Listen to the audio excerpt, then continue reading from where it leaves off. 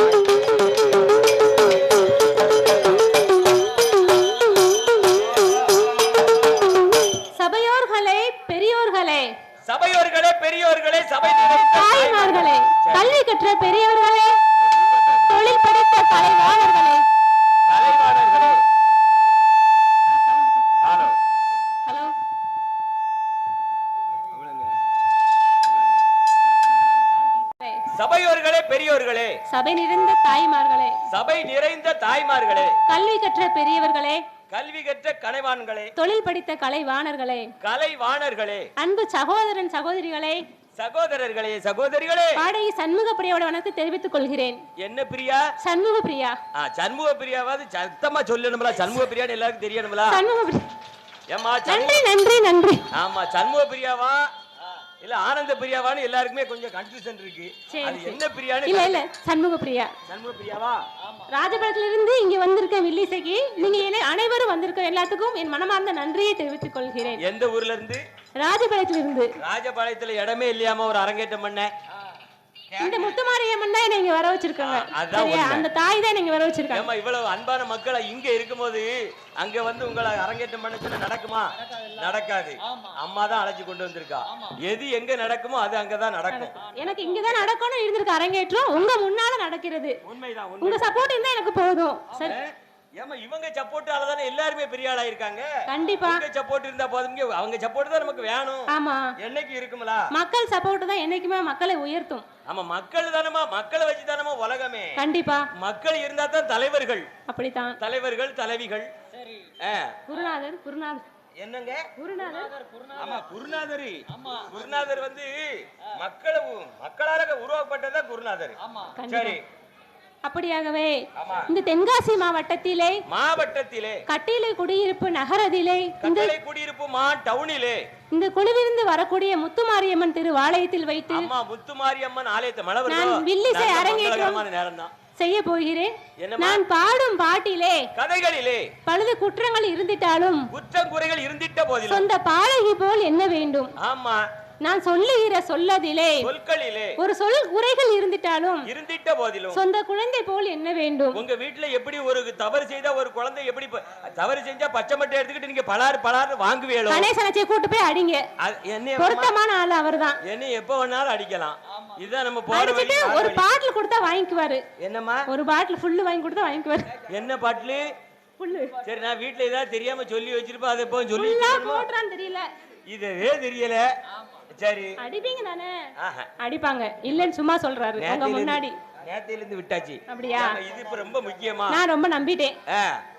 அதான் சொல்லுகிற சொல்லதிலே சொற்களிலே ஒரு சொல் குறைகள் இருந்திட்டாலும் குற்றம் குறைகள் இருந்திட்ட போதிலும் சொந்த குழந்தை போல் என்ன வேண்டும். சரி.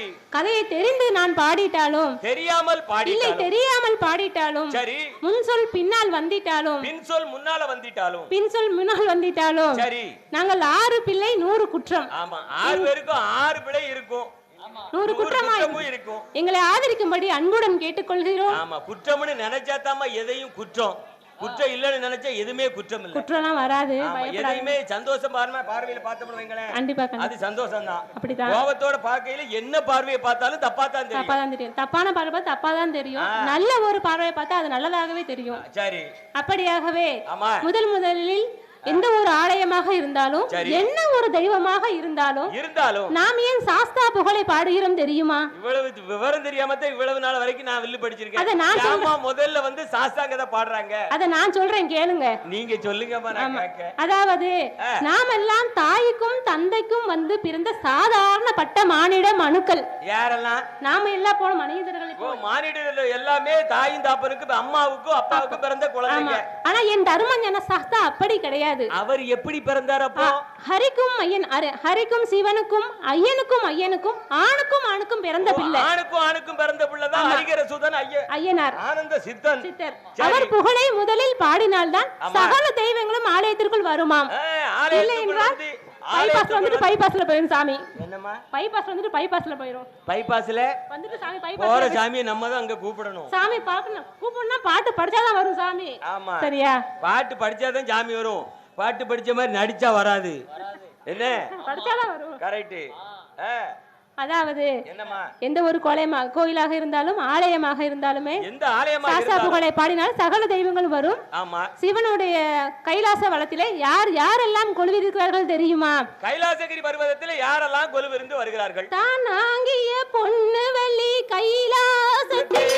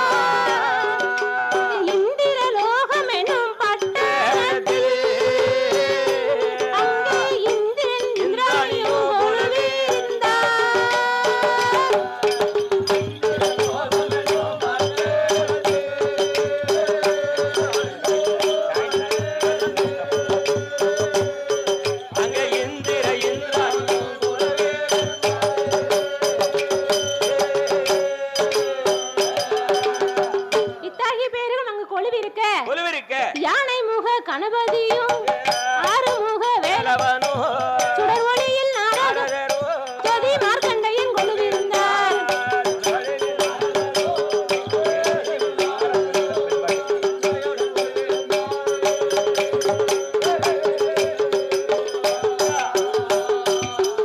ஆகாயத்தில் சூரியனும் அன்பு ஒளி சந்திரனும்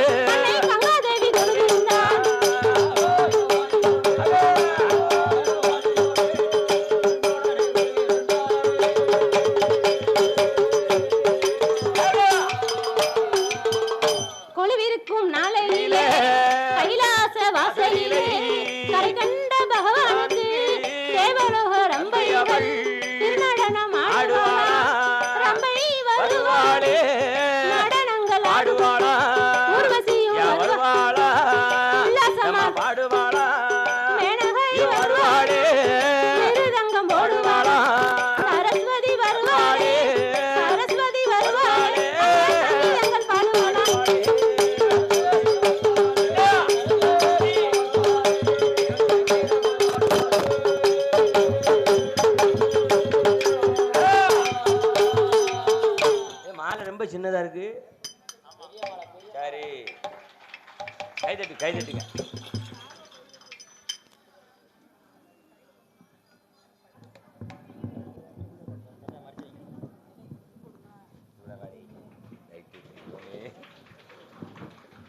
எங்களுக்கெல்லாம் கிடையாதோட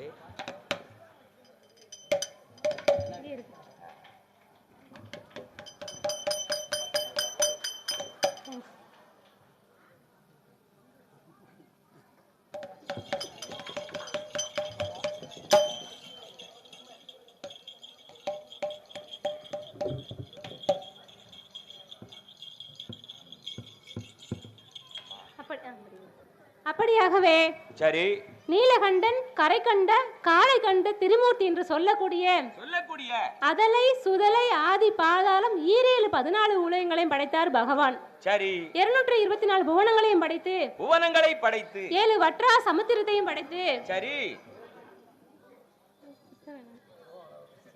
வற்றா சமுத்திரத்தையும் படைத்து பட்டியல் இல்லாமல் மாண்டவன் படியெடுத்து வருகிறார். அப்படியாம்மா? அப்படி அந்த பாதாள உலகத்திலே யாரெல்லாம் கொலுவிருக்கிறார் தெரியுமா? யாரெல்லாம் கொலுவிருந்து வருகிறார்கள்? பாதாள உலகத்தையும் ரிஷிமுக வர்ணனென்றோ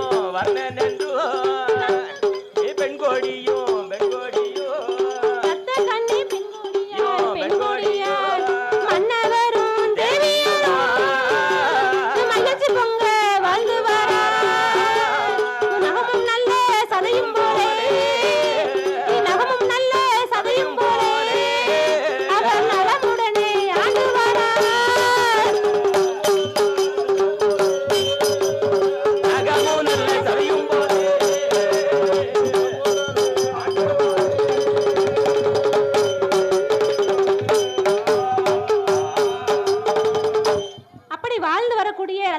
பெண்கொடியாலும் அந்த மன்னவரும் அந்த ஆண்டவன் சிவபெருமான் ஏகப்பட்ட சொத்து சுகங்கள் கொடுத்திருந்தாலும் யாருக்கு?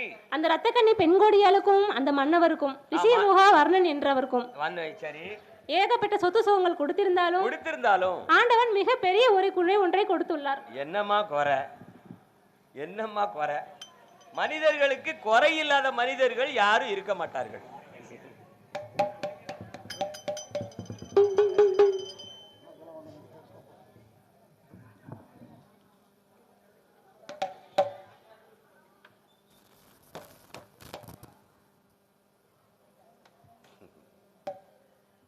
பெரிய குறை ஒன்றை கொடுத்துள்ளார். குறை இல்லாத மனிதர்கள் யாரும் கிடையாது. இந்த குளத்துக்கு கரை இருக்கா? இல்ல. குளத்துக்கு கரை இருக்குன்னா மனிதர்களுக்கு குறை இருக்கு. குறை இல்லாத மனிதர்களை கடவுள் யாரும் படைக்க மாட்டார். ஒவ்வொருத்தர்களுக்கும் ஒவ்வொரு விதமான குறை. ஏன் தெரியுமா? குறைன்னு ஒண்ணு கொடுத்தா தான் நம்ம கோயிலுக்கு கொண்டுவோம். குறை இல்லாம யாரும் இருந்தாங்கன்னா கோயிலுக்கு வருவோமா? வரமாட்டோம். சாமி தேடி யாரும் வரமாட்டாங்க. ஆமா பாரு, கோயிலுக்கு வரையாமா? எனக்கெல்லாம் இல்ல இருக்கு, நான் ஏன் கோயிலுக்கு வரணும் அப்படின்னு சொல்லுவாங்கல்ல. சரி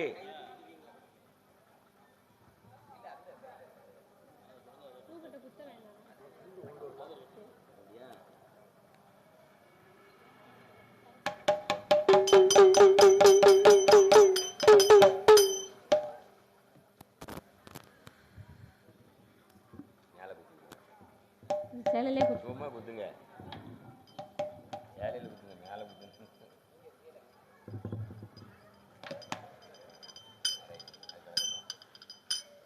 பிள்ளை இல்லா குறை பெருங்குறை ஒன்று. ஓ, அவங்களுக்கு பிள்ளை இல்லாத குறை. ஒவ்வொருத்தருக்கும் ஒவ்வொரு குறை. அவங்களுக்கு பிள்ளை இல்லாத குறை. அவங்களுக்கு பிள்ளை இல்லாத குறை. அப்படியாகவே அந்த பிள்ளை இல்லா கவலையிலேயே சரி அந்த ரத்த கண்ணி பெண்ணியோடையாலும் அந்த மன்னவரும் கண்ணீரை சோர விட்டு அவ என்ன விதமாக அழுது புலம்புகிறாள் தெரியுமா? என்ன செய்ய, பெண்ணா பிறந்தவளால என்ன முடியும்? அழத்தான் முடியும். அந்த வரை நாங்க வாங்கி வந்திருக்கோம். என்னம்மா ஆம்பளை எல்லாம் அழுவ மாட்டேங்க, பொம்பளைங்களுக்கு 1008 கவலை இருக்கும். கேளுங்க தாய்மார்களே. அப்ப எங்கிட்ட குறை இல்லன்னு நீங்க, எங்களுக்கு கவலை இல்லன்னு நினைக்கிறீங்களா? கண்டிப்பா இருக்காது. நீங்க கவலை இருந்தா போய் கோட்டை அடிச்சிட்டு குப்புற படுத்துவீங்களே. ஆமா, எல்லாம் கோட்டே சொல்லிக்கிட்டே இருக்க கூடாது. கோட்டருக்கு நிறைய எதிர்ப்பு வருது. சரி, சும்மா குப்புற போய் படுங்க. அப்படி குப்புற படுத்தாலும் எங்களுக்கு கவலை இருக்கு. எப்படி இருக்கு? உங்களை மாதிரி நாங்க அழமாட்டோம். சரி, அது ஆம்பளைங்க அழமாட்டாங்க. ஆமா. அப்படியாகவே அந்த ரத்த கண்ணி பெண்கொடியால் சரி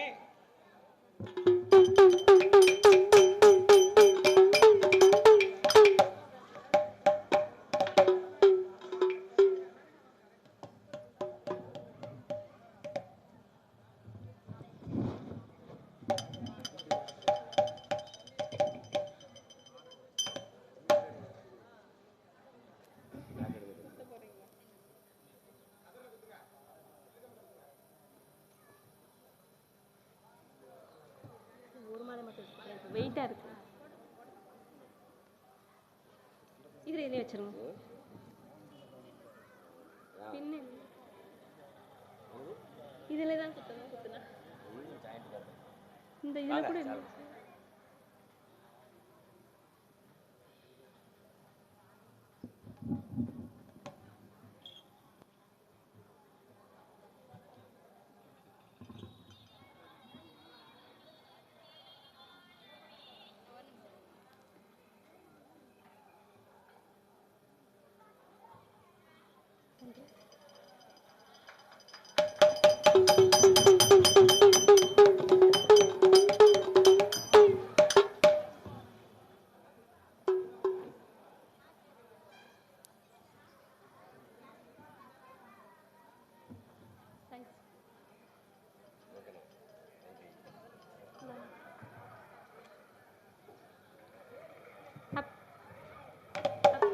அப்படியாகவே அந்த ரத்தக்கண்ணி பெண்கொடியால் என்ன விதமாக அழுது புலம்புகிறாள் தெரியுமா? பிள்ளை இல்லாத குறைய சொல்லி அழுவது, கொண்டவங்கிட்ட சொல்லி அழுதாளா, குழந்தைகிட்ட சொல்லி அழுதாளாமா? கொண்டவங்கிட்ட சொல்ல முடியும், குழந்தை எப்படி சொல்ல முடியும்? ஆமா, கொண்டவன் வெளியூர் போயிட்டாரு. புருஷன் கொடுக்க புள்ள வரம் கொடுக்க புருஷன் தான் கொடுப்பான், குழந்தை தான் கொடுப்பான்.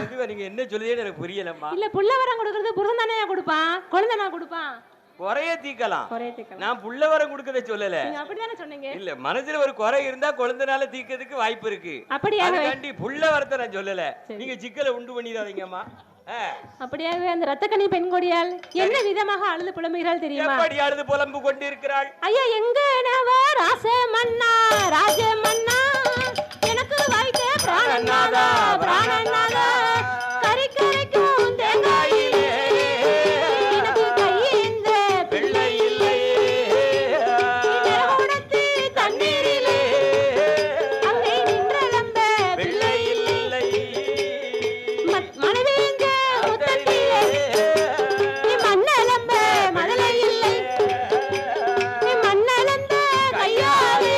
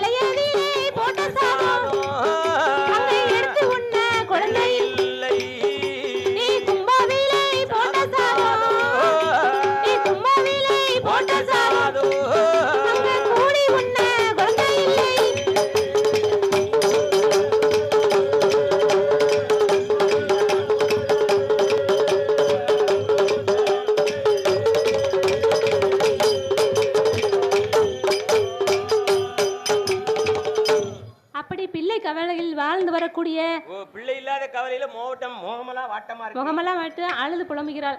அப்படி அழுது புலம்பிக் கொண்டு சரி காசி விஸ்வநாதரை தரிசிக்க வேண்டும் என்று சொல்லி அவள் முந்தான எந்தி தவமிருந்து வருகிறாள். தவமிருந்து வருகிறார்கள். ஆமா, அப்படி தவமிருக்கும் கூடிய வேளையில் என்ன அந்தணன் குலத்தில் பிறந்த ஒரு வேதியர் அந்த வானுலகை ஆளுவதற்காக அங்கே அவரும் தவம் புரிந்து வருகிறார். அவர் யாமா தவம் இருக்காரு? அவர் அந்த வானுலகை ஆளுவதற்காக தவம் புரிந்து வருகிறார். சரி, அப்படி தவம் இருக்கக்கூடிய வேதியருக்கு மண்ணாசை பொன்னாசை பெண்ணாசை இல்லற வாழ்க்கையில் இணை ஈடுபாடு கிடையாது. அப்படியாமா? அப்படி இருக்க வேளையில் ஆசையை வெறுத்துட்டாரு. முற்றும் மண்ணாசை பெண்ணாசை பெண்ணாசை உலகத்திலே கூடுன ஆசை இந்த 3 ஆசை தான். அந்த 3 ஆசையை வெறுத்துட்டு அவர் ஏன் போய் தவம் இருக்கணும்? அப்படி தவம் இருக்கக்கூடிய நிலையில் அந்த மன்மதன் பார்க்கிறார். என்ன எம்பெருமான் நாராயணன் மன்மதனை வரவழைத்து கை குழந்தையாக பிறவி செய்து கண்மூடி இருக்கும் வேதியர் மடியிலே வைத்துவிட்டு சரி குழந்தையை கிள்ளி விட்டு மறைந்தனர். குழந்தையை கிள்ளி விட்டால் போனோடனே அந்த குழந்தை குவா குவா என்று அழுகுரல் கொடுத்தது. ஆமா, குழந்தையை கிள்ளி விட்டு அது என்ன செய்யும்? குவா குவான்னு அழுகும். அது யார் சொன்னது? குழந்தை வந்து பீர் பீர்னு அழுவுது. அது எப்படி? எங்க பிறந்தது என்ன பிள்ளை? ஆம்பளை பிள்ளை வந்து அழும்போது பீர் பீர்னு அழும். குவா குவான்னு அழும் கிடையாது. ஆம்பளை பிள்ளை வந்து பீர் பீர்னாலும் இப்ப ஒத்துக்கிட்டே குழந்தை வந்து வீர் வீர்னாலும். அப்படியா? ஆமா. சரி, அழுதுட்டு போங்க. எங்கிட்ட கேளுங்க, எத்தனை பெத்து வளர்த்திருக்கோம் தெரியுமா? வளர்த்திருக்கீங்க, கேள்விப்பட்டேன், ஊருக்குள்ள கேள்விப்பட்டேன்.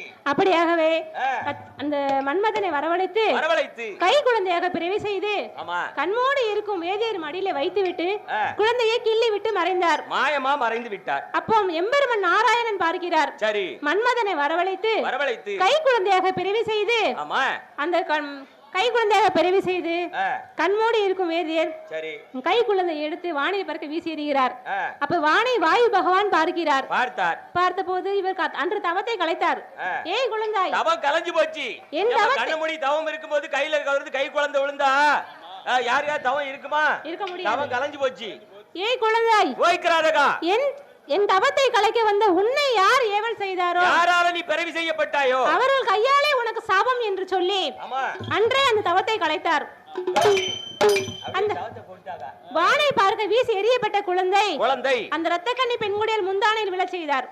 அந்த அம்மா எப்படி குழந்தையை கூட்டி நல்லா கொஞ்சுறாங்கன்னு தெரியுமா? அம்மா பிள்ளை இல்லாதவளுக்கு ஒரு திடீர் ஒரு பிள்ளை கிடைச்சா எப்படி கொஞ்சுவா, எப்படி சந்தோஷப்படுவாங்க, எப்படி படுறா? கூட்டி நல்ல புடித்தாலே அந்த கொம்பளையா பெண்குடியா வாரி நல்ல கையிலாடி அவன் வலது கண்ணா முத்தமிட்டார். ஏந்தி நல்ல கையில அவள் இடது கண்ணா முத்தமிட்டார். நீ கண்ணத்தோடு கண்ணா வைத்து, நீ கண்ணத்தோடு கண்ணா வைத்து அவள் கனிவாயால் முத்தமிட்டார். கண்ணா வைத்து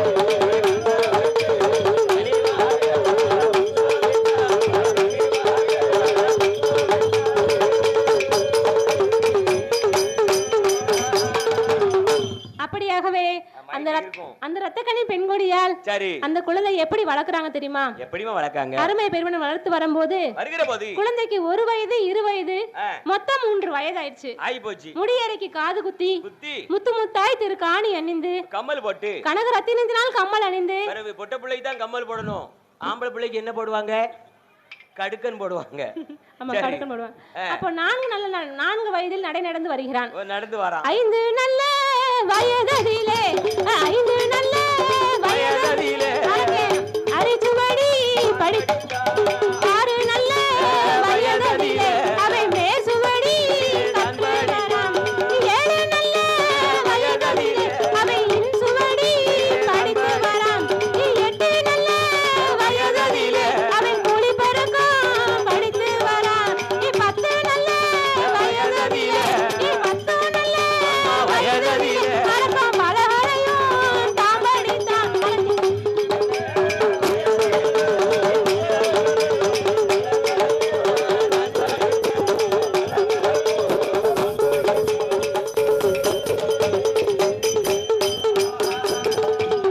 அப்படி அரக்கனாகப்பட்டவன் 16 வயதினிலே பலகலையும் படித்து வீர தீர தொழிலெல்லாம் படித்து அவன் எப்படி இருக்கான் தெரியுமா?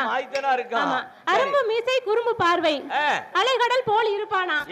அரும்பு மீசை குறும்பு பார்வை திருட்டு மொழி திருட்டு மொழிலாம் இல்ல நல்லா பரவாயில்ல. திருட்டு மொழியிலே உருட்டி முழிக்கான். ஆமா, அவன் ஒழுங்காத்தாம முழிப்பான். அவன் வயசு கோளாறு, அவன் அப்படி காமிக்கும். அடுக்கான பல்வரிசையும் அகன்ற நல்ல மார்பழகன், அழகன், அவன் கம்பீர நடையழகன். நடையழகன். அப்படி இருக்கக்கூடிய அந்த அரக்கனுக்கு சரி அம்மாவும் அப்பாவும் பார்க்கிறார்கள். ஏன் பாக்குறாங்க தெரியலையே. அப்ப அன்னைக்கு தான் பாக்காங்க பிள்ளைய.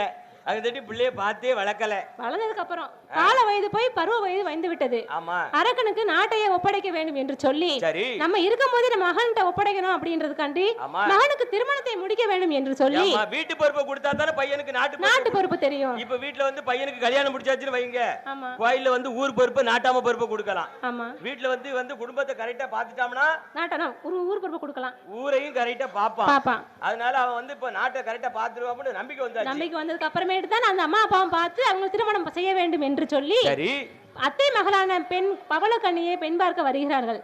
அந்த மங்கையாகப்பட்ட பவளக்கண்ணி எப்படி பூத்து நிக்கிறா தெரியுமா? எப்படிமா பூத்தா? ஏ அள்ளி மலர் பூத்தது போல், ஏ அள்ளி மலர் பூத்தது போல் அந்த அருங்கொடியால் பூத்து நின்றார். பிச்சி மலர் பூத்தது போல் அந்த பெண் கொடியால் பூத்து நின்றார். ஏ வான்கரும்பு பூத்தது போல் அந்த வனக்கிளியால் பூத்து நின்றார். ஏ தேங்கரும்பு பூத்தது போல் அந்த தேமொழியால் பூத்து நின்றார்.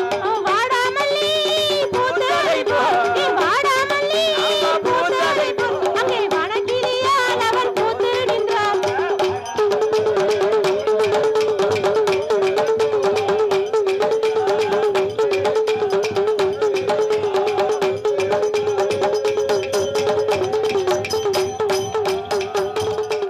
அந்த மங்கையாகப்பட்ட பவளக்கண்ணியை அரக்கனுக்கு திருமணத்தை முடித்து வைக்கிறார்கள்.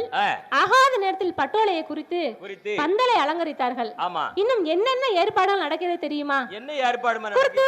கொண்டு வந்து கொட்டகையை அலங்கரித்தார். சப்பரத்து தட்டு வைத்து அவர் மணவரையை அலங்கரித்தார். நையாண்டி தவிர்முரசு அங்க நாணயமாய் முழங்கி வர, பச்சை பட்டு கட்டி வர, அங்க பரதநாட்டியம் ஆடி வர, மயிலாட்டம் ஒயிலாட்டம் அங்கே மங்களமாய் முழங்கி வர. அரக்கனோட திருமணமும், அரக்கனோட திருமணமும் அங்கே அழகுடனே நடந்ததம்மா.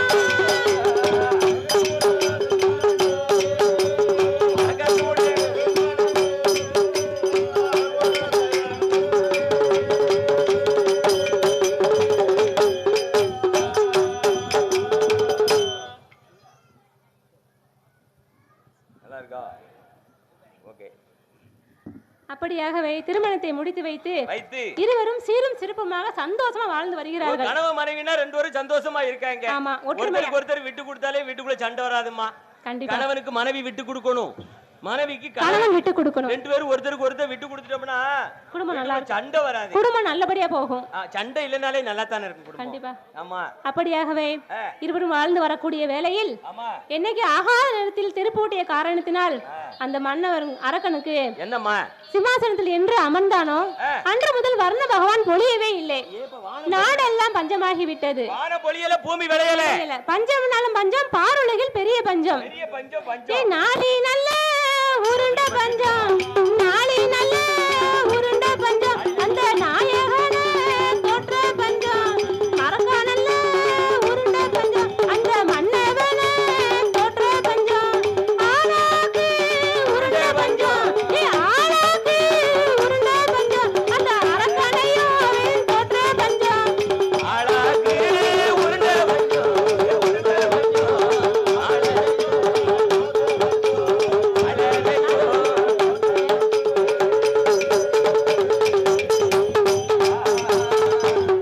அப்படியாகவே நாடெல்லாம் பஞ்சமாகி விட்டது. ஒரே பஞ்சம். நாட்டுல வந்து ஏமா ஒரு நாடு நல்லா இருக்கணும்னா அந்த நாட்டுல உள்ள மண்ணை நல்லா இருக்கணும், நீதி இருக்கணும், நேர்மை இருக்கணும். நாட்டுல மண்ணை நல்லா இருந்தா அந்த நாடு நல்லா இருக்கும். ஒரு வீடு நல்லா இருக்கணும்னா வீட்டுல உள்ள மனவாட்டி.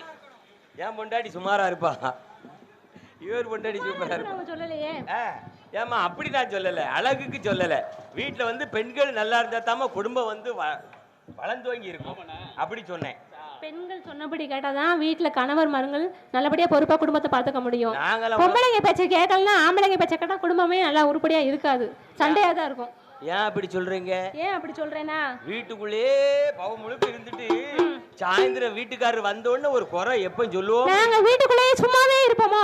ஏமா வீட்டு வெளியில வேலைக்கு போயிட்டு வந்த மாதிரி நாங்க எவ்வளவு வேலை பாப்போம் தெரியுமா? வீட்டுல சண்டை வராம இருக்கோம்னா, கணவன் மனைவி சண்டை வராம இருக்கோம்னா என்ன செய்யணும்? என்ன செய்யணும் தெரியும்?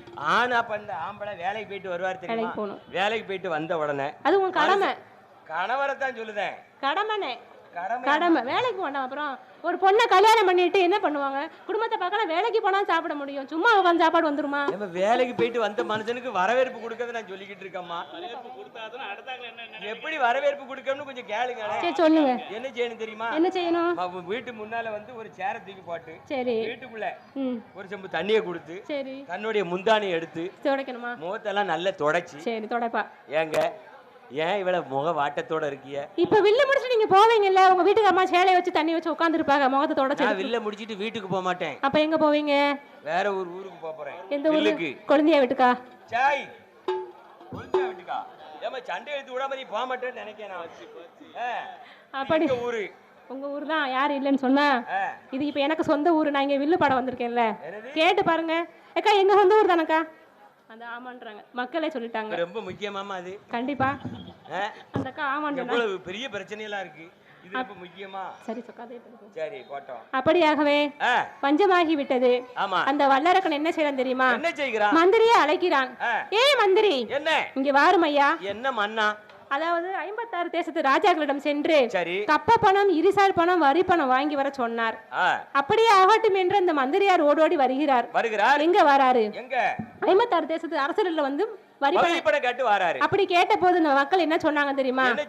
உன் மன்னன் இடத்தில் நீதி இல்லை, நேர்மை இல்லை, நேர்மை இல்லை, நாங்க கப்ப பணம் கொடுக்க மாட்டோம், கொடுக்க மாட்டோம், வரி பணம் கொடுக்க மாட்டோம். 12 வருஷம் மழை இல்லாம இருந்துச்சே, உங்க மன்னனுக்கு வேலை என்ன வேலை?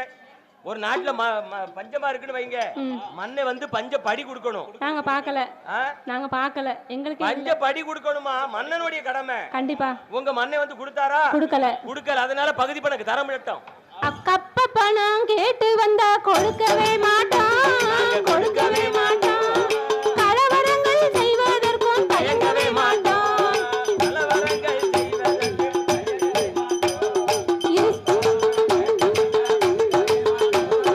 கொடுக்கவே மாட்டோம்,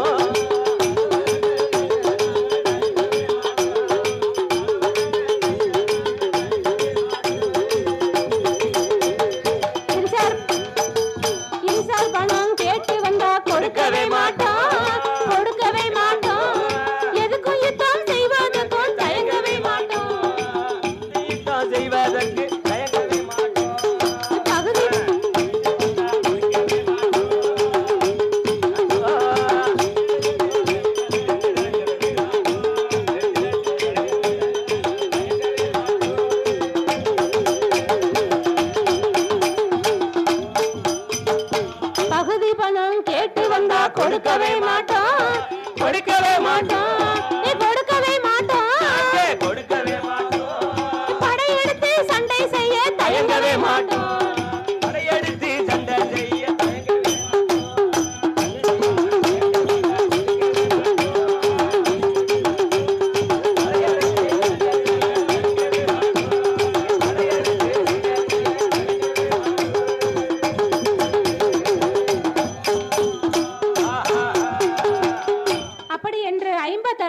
அரசர்களும் சொல்ல, இதை கேட்டு வந்து அந்த அரக்கனிடத்தில் வந்து மந்திரி சொல்கிறார், மன்னா நான் கப்ப பணம் கேட்டு போனேன், காணிக்கையும் தரமாட்டேன், கப்ப பணம் செலுத்த மாட்டேன்னு சொல்லிட்டாங்க. நீங்க என்ன பண்ணணும் தெரியுமா?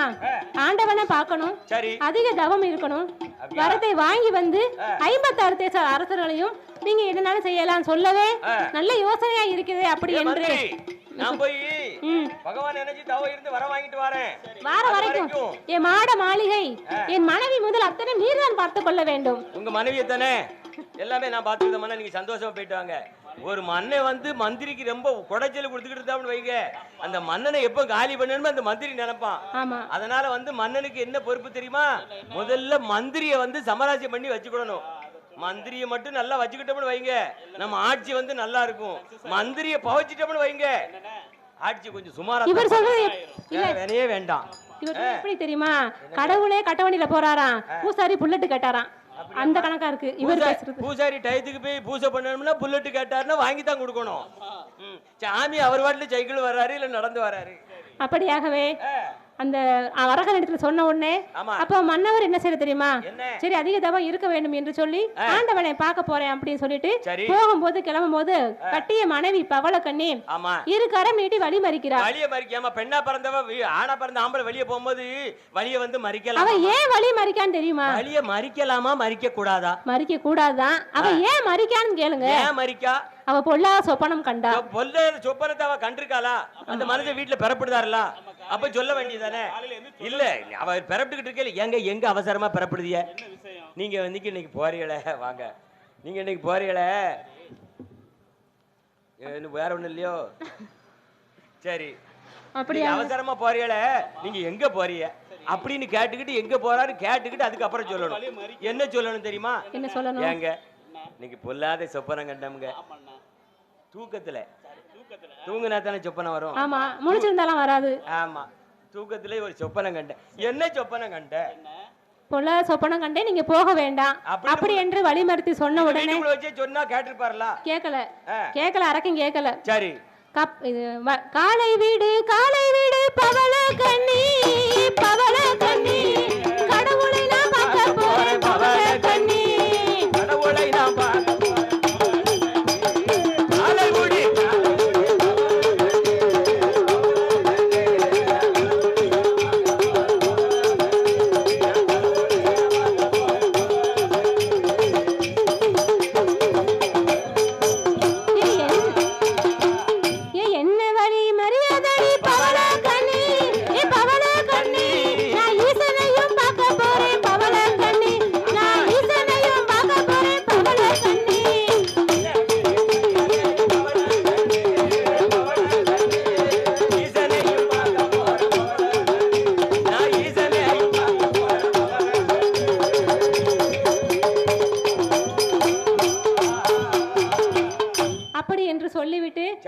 பெண்ணே பவளக்கண்ணியே பத்திரமாக இருந்திடமா என்று சொல்லி நான் பத்திரமா இருக்கேங்க, நீங்க போயிட்டு சீக்கிரம் வந்துருங்க. சரி என்று சொல்லிவிட்டு அரக்கனாகப்பட்டவன் எப்படி கிளம்புறான் தெரியுமா? அவன் வாசல் விட்டு வரப்போது வாசப்படி தட்டிடுமா, வாசப்படி தட்டிடுச்சு. முன்வாசல் வரப்போது முன்வாசல் தட்டிடுமா. வாழாத பெண்ணொருத்தி மூலாத நெருப்படுத்து முன்னால வருவாளாம். வருகிறாள். வாழ நல்ல கரும்பூன வளமிருந்து இடப்பாய சாரை பாம்பு குறுத்தாக அங்கே சர்ப்பம் ஒன்று தடையாக. இதையெல்லாம் சகுனம் என்று நினைக்காத வல்லரக்கன் நினைக்கலையாமா, அவ வாரது தப்பான வழிக்கு வந்து. ஆமா, தப்பான வழிக்கு வரும்போது வந்து கண்ட சகனம் எல்லாம் தெரியாது, சகனமா வருது. ஆமா, அதையெல்லாம் கால இடத்துக்கு போனா நல்ல சகனமா வரும், கெட்டு தப்பான இடத்துக்கு போனா தப்பான சகுனம் தாமா கிடைக்கும். கண்டிப்பா. அப்படி வரக்கூடிய வேளையிலே அந்த அரக்கனாகப்பட்டவன் அவன் எப்படி புறப்படான் தெரியுமா? எப்படி புறப்பட்டான்? கம்பத்தடி தோளில் வைத்து தலையை மொட்டை தானடித்து சன்னியாசி போல் கோலம் கொண்டான். ருத்ராஜை மாலையிட்டான், செம்பு வலி காதில் போட்டான், அங்கே பூணூலும் தோளில் போட்டான். கம்பத்தடி தோளில் வைத்து அரக்கேன் காட்டுக்குத்தான் வாரானே.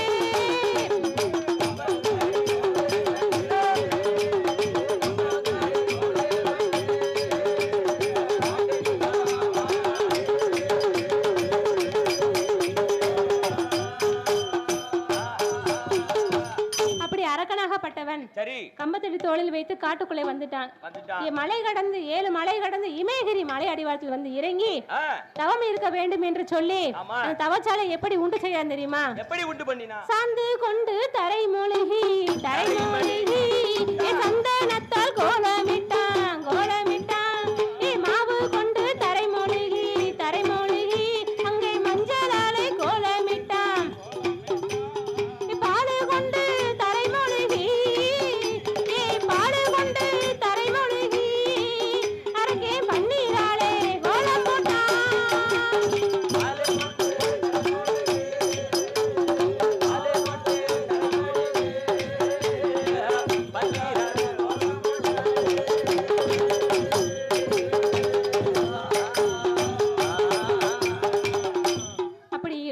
போட்ட இடத்திலேயே சரி குறித்து வாழை விளைவிரித்து அதுல தெச்சனை பழம் தேங்காய் பழம் வைத்து பொங்கலிட வேணும் என்று சொல்லி அடுப்பை கூட்டி அதிலே பொங்கப்பானை ஒன்றை எடுத்து வைத்து பச்சரிசி பால் கடைந்து பானையிலே ஊற்றுவான்.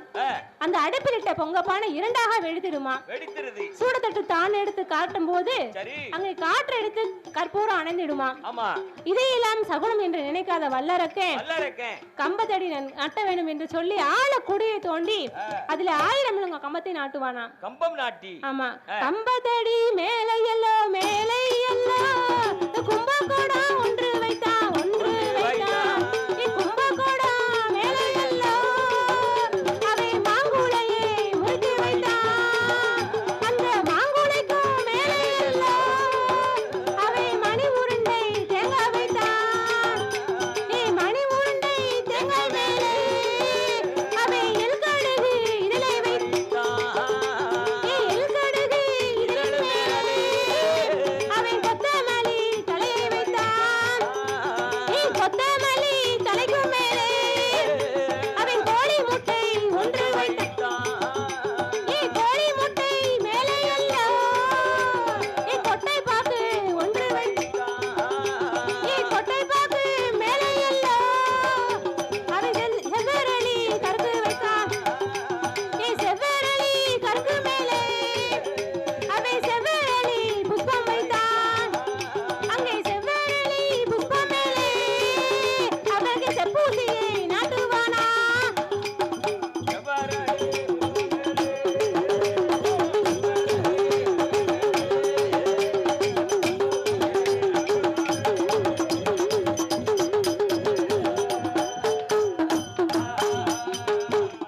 அரக்கனாகப்பட்டவன் செப்பூசியை நாட்டி ஊசி முனையில ஒரு காலும் வைத்து உச்சன் தலையில் மறு காலும் வைத்து அவன் தவம் புரிந்து வருகிறான்.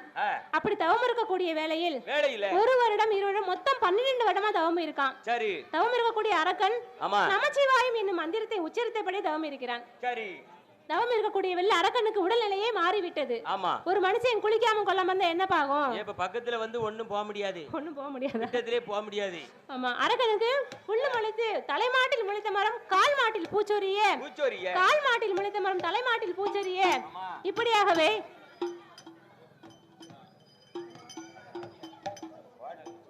அப்படியாகவே அந்த அரக்கனாகப்பட்டவன் உடல்நிலை மாறிவிட்டது.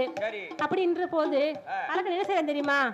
சாமியை பார்க்க வேண்டும் என்று சொல்லி ஆண்டவன் நினைத்து என்ன சொல்றான் தெரியுமா? ஏ சம்போ சங்கரா சிவ சம்போ சங்கரா சம்போ சங்கரா சிவ சம்போ சங்கரா இந்த பாலை செய்ய தவம் தெரியலையா சம்போ பார்வதியா மனவாளா சம்போ சங்கரா சிவ சம்போ சங்கரா இந்த பாறை தவம் தெரியலையா சம்போ சங்கரா என் பாறை தவம் தெரியலையா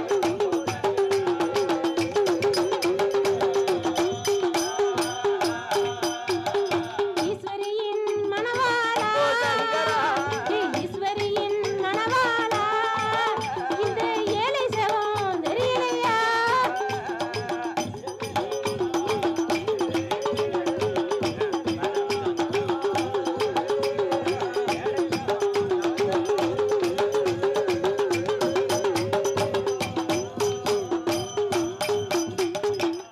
அப்படியாகவே அந்த அரக்கனாகப்பட்டவன் தவம் இருக்கக்கூடிய வேளையில்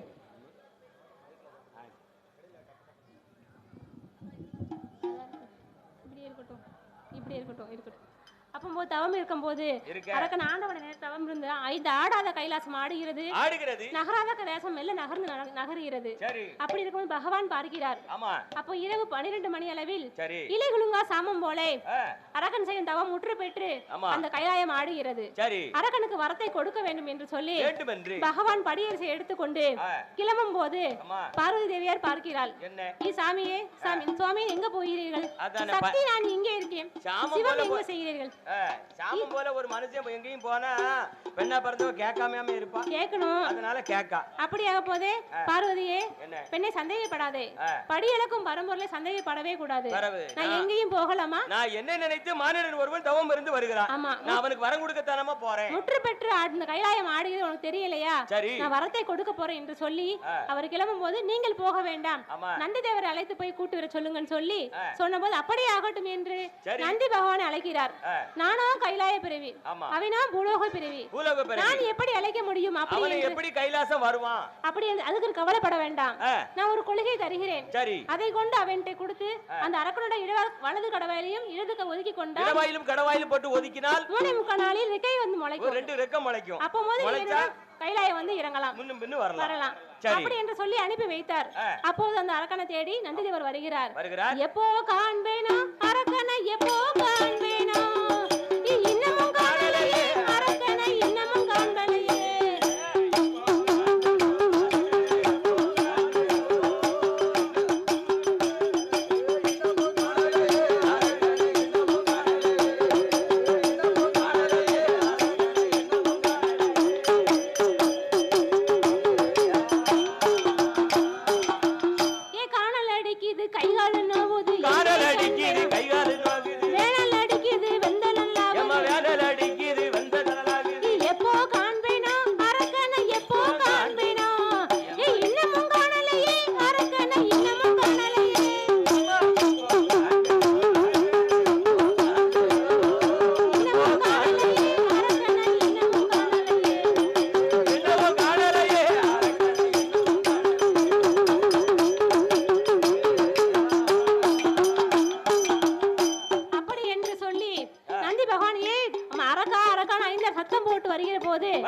அரக்கன் புத்தை விட்டு கீழே இறங்கி வந்தான்.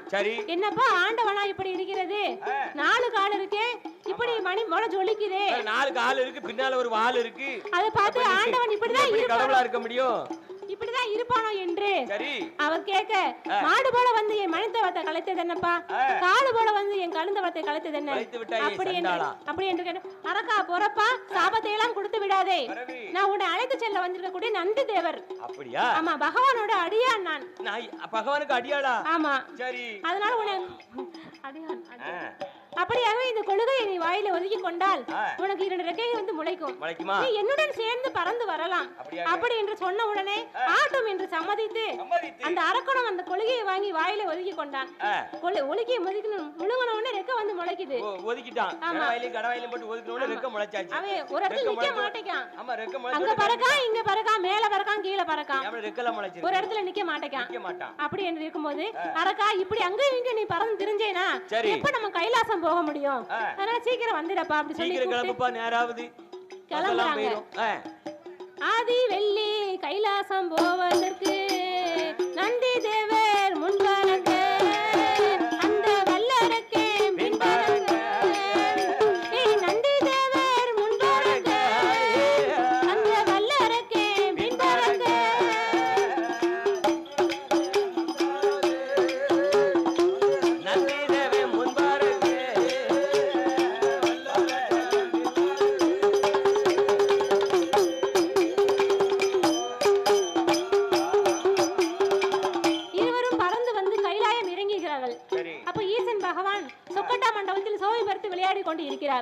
அம்மையுடன் சேர்ந்து அப்போ அடிபணிந்து நமஸ்கரிக்கிறான்.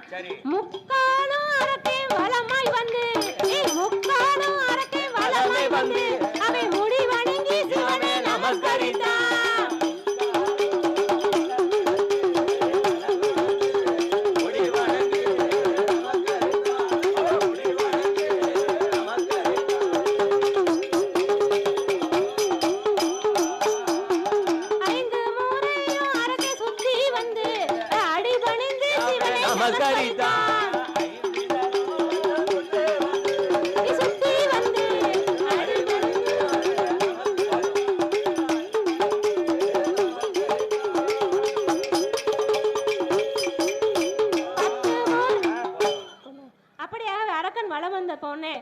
அரக்கா எந்திரிப்பா மகனே, நீதான் வல்லரக்கனா?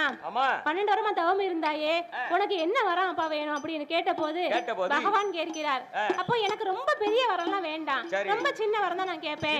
சின்ன வரம் கேட்டா அப்படி என்ன வரம் உனக்கு? எல்லிலையும் சிறிய வரம், சிறிய வரம் ஈஸ்வரனே தர வேண்டும்.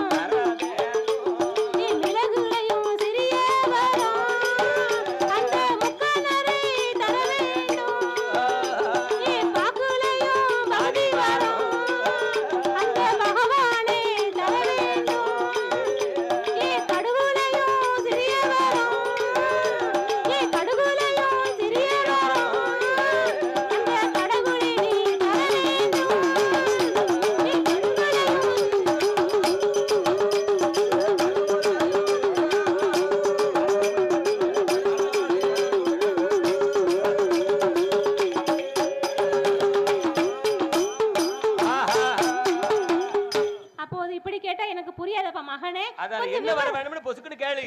கொஞ்சம் விவரமாக சொல்லப்பா என்ற போது எனக்கு நீங்க பார்வதி சத்தியம் செய்து கொடுத்தால். பார்வதி மேலையாப்பா? ஆமா. என்னடா ஏன் முன்னாடி சத்தியத்தை கேக்குற? என்ன வரம் கேட்க போற?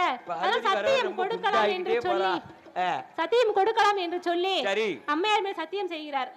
தந்தேன் தந்தேனடா வல்லரக்கா, தந்தேன் தந்தேனடா வல்லரக்கா, தாரணத்தியால் வரம் உனக்கு தந்தேன்.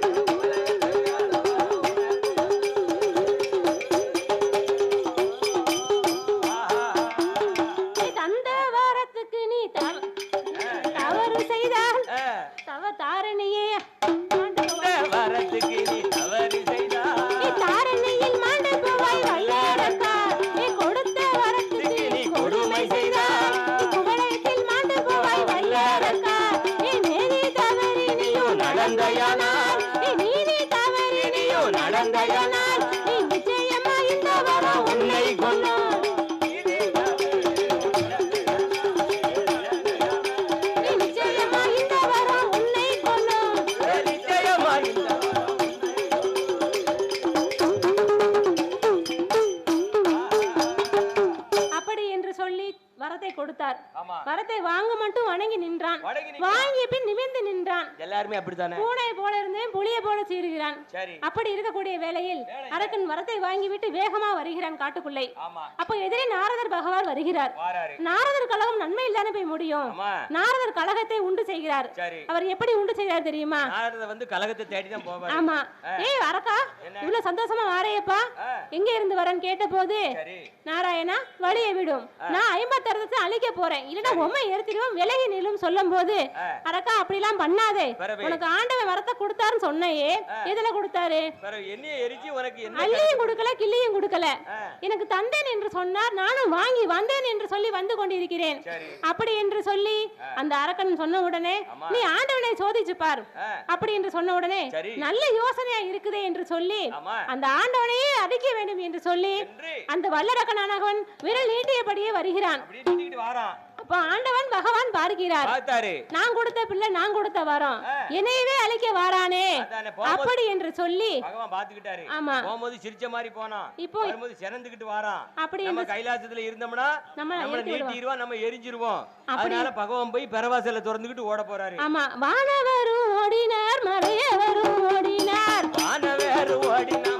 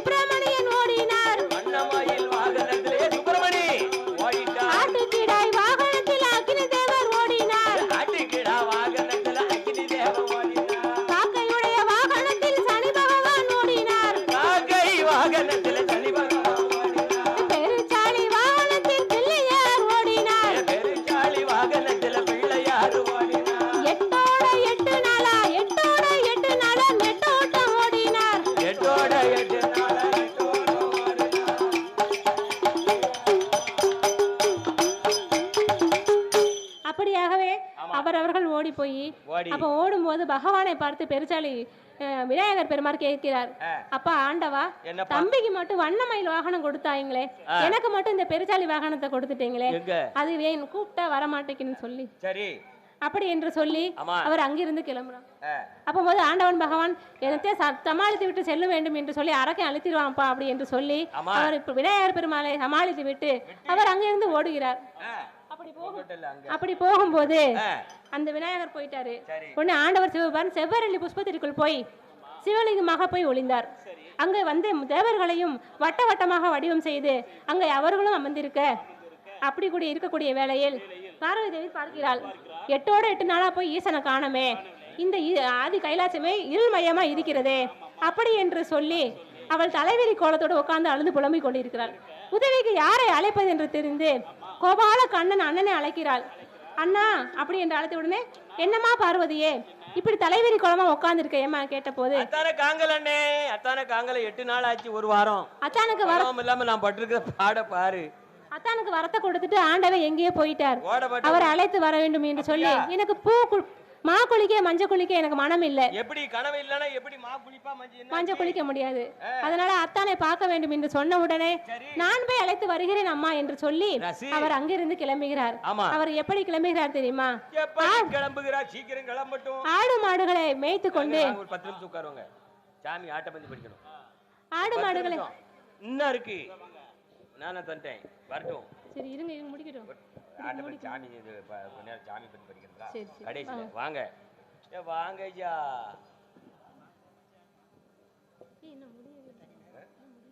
என்ன சார்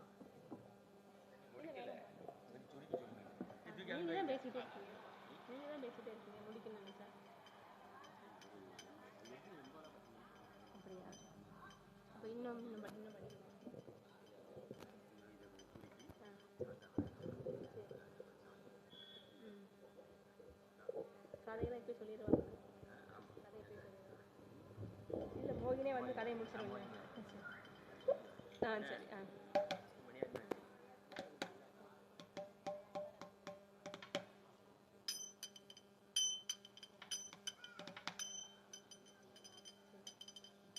அப்படியாகவே அந்த மாய கண்ணன் பெண் வடிவம் எடுத்து அழிக்க வேண்டும் என்று சொல்லி அரக்கனை அழிக்க வேண்டும் என்பதற்காக பெண் சுரம் எடுக்கிறார். அவர் எப்படி அழகா இருக்க தெரியுமா? அவளோ 3ஆம் பிறை சந்திரன் போல் முகத்தோட வடிவழகும், 4ஆம் பிறை சந்திரன் போல் நங்கை அவள் வடிவழகும், ஆற்று கயிறு மணல் போல அம்மொழியழகும், கிணற்று கயிறு மணல் போல நடையழகுமாக இருக்கக்கூடிய மோகினியை அரக்கன் பார்க்கிறான். காட்டுக்குள்ள ஒத்தையில வருகிறாள். இப்படி அழகா இருக்க பெண்கொடியே, யாரடிய பெண்கொடி, எங்கிருந்து எங்க வர வரலாமா அப்படி என்று கேட்ட போது,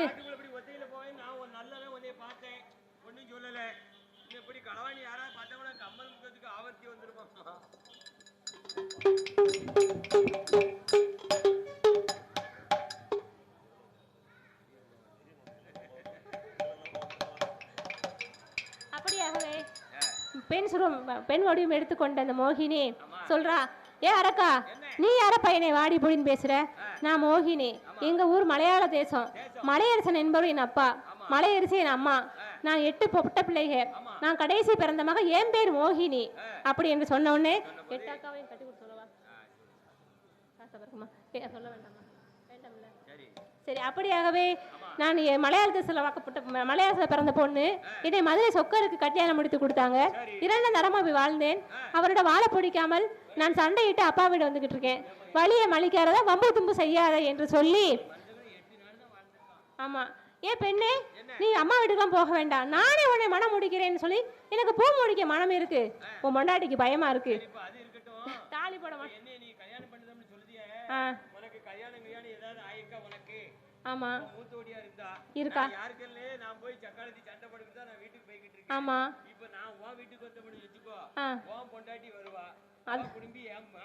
அதை பத்தி நான் கவலைப்பட வேண்டாம். அவளை ஆத்துல கட்டி ஆத்துல தள்ளிடுவோம். ஆமா, அப்படியாகவே அப்படி என்று சொன்ன போது, நீ கவலைப்படாத பெண்ணே, நான் உன்னை பத்திரமாக பார்த்துக் கொள்கிறேன். ஆமா, நித்தம் ஒரு பட்டு உடுத்தி வீட்டுக்கு ஒரு பூ முடியுது, என் அரண்மனையில உல்லாசமா வாழ்ந்துடலாம் அப்படி என்று சொன்ன போது ஆட்டம் என்று சம்மதிக்கிறார் மோகினி. ஏன் சம்மதிக்கிறார்?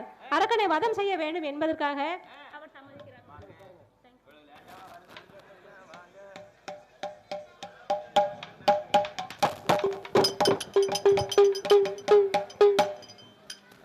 அப்படி என்று சம்மதித்து நான் மனமுடிக்க ஒப்புக்கொண்டேன் என்று சொன்ன உடனே சரி என்று சொல்லி, அப்போ நீ எனக்கு ஒரு சத்தியம் பண்ணி கொடுக்கணும். என்ன சத்தியம் பண்ணணுமா?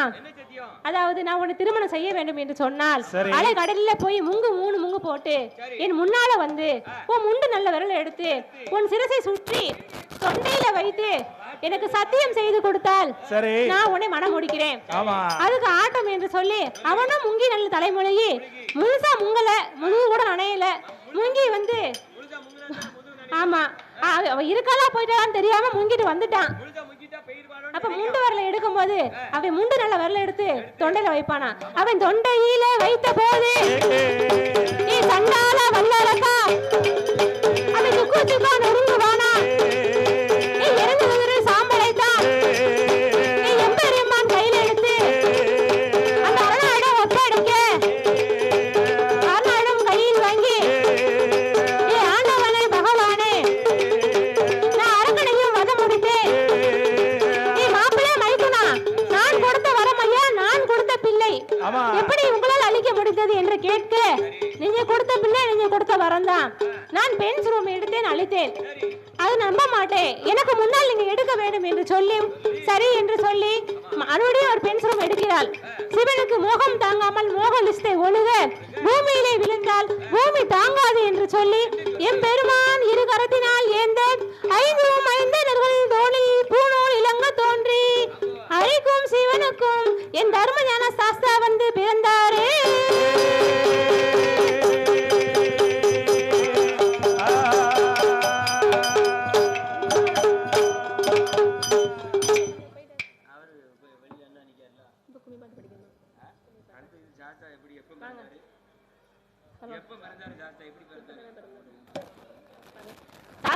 பங்குனி மாதம் புதன்கிழமை உச்சிரத்து நட்சத்திரம் பிறந்தார். அவர் கிரகம் என்ன தெரியுமா?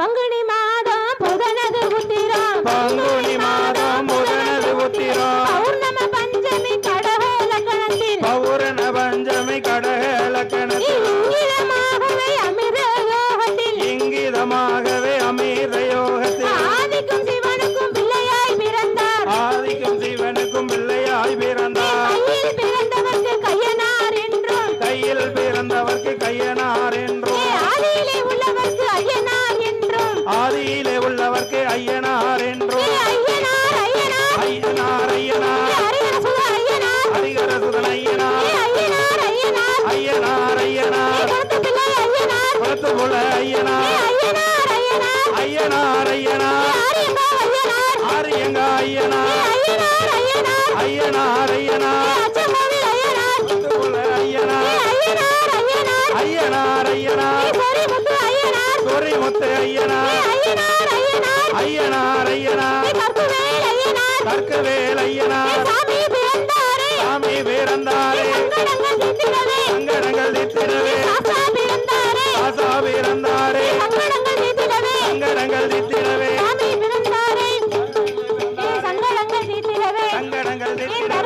சாஸ்தா வந்து பிறந்தார். ஆதிக்கும் சிவனுக்கும் ஹரிஹர புத்திரனாக என் தர்மஞான சாஸ்தா வந்து பிறந்தாரே.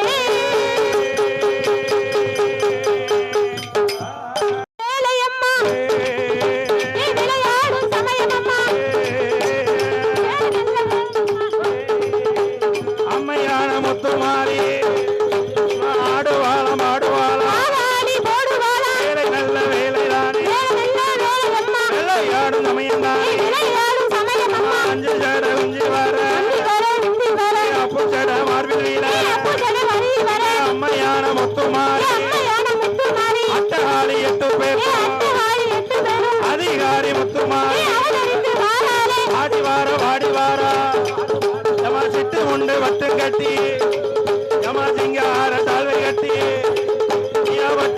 வட்டுக்காரி யமா பாவார சட்டக்காரி எங்க அம்மையான முத்துமாரி வீரப்பல்ல வரிசடையா நாக்குகளா யமா இருக்குங்க சொந்தமுகா யமா ஏக போக சனமுடியா யமா சடவுழங்க முடிகுழங்க அவ தாழ்வடங்கள் நின்ற செய்ய யமா வடக்கே விழுந்த சட யமா வடகடலோ நீராட யமா வடக்கே விழுந்த சட யமா ரெண்டாசி வட்டமா யமா வடக்கே விழுந்த சட ஏ மலையாள தேசமல்லோ யமா உச்சி விழுந்த சட